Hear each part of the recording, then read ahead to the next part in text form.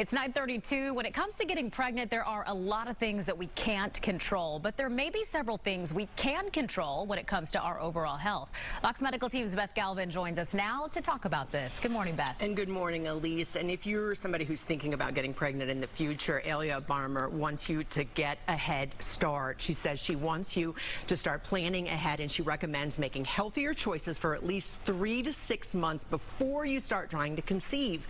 And she shared 4 tips she says can help you get as healthy as possible going into your pregnancy.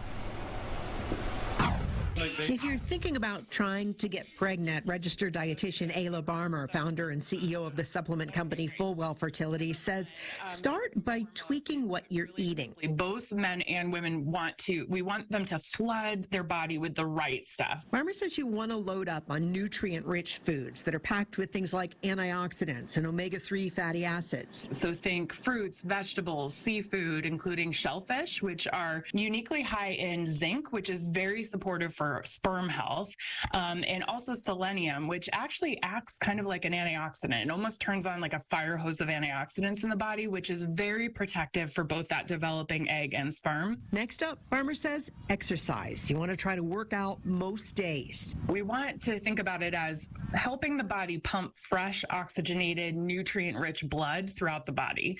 That really helps with good hormone balance and the brain really talking to the reproductive organs and just getting the nourishment where it's needed. And she says make sure that you're getting enough sleep, at least 7 to 8 hours a night, trying to tie your sleep cycle to the natural light cycle. Because our circadian rhythm, which is our internal clock, is very much tied to our reproductive health. And it's actually one of the reasons why in the research we see a lot more fertility issues with shift workers.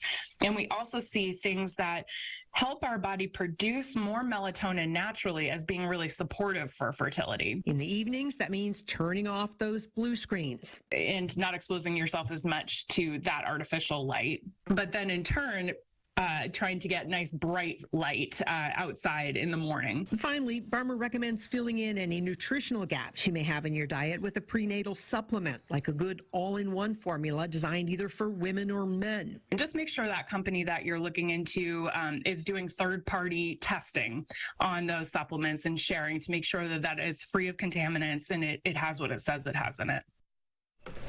And we talked about that really important 3 to 6 month window, that preconception window to focus on boosting your health. And Barmmer says that's also a good time to start cutting back on some maybe bad habits like smoking or drinking alcohol. She says you want to focus on getting your body as healthy as possible and on controlling as many factors as you can going into your pregnancy.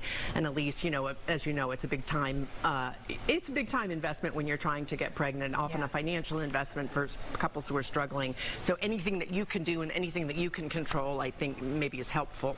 Yeah, for sure. Some very helpful info for us today. Beth, thanks so much. We appreciate it.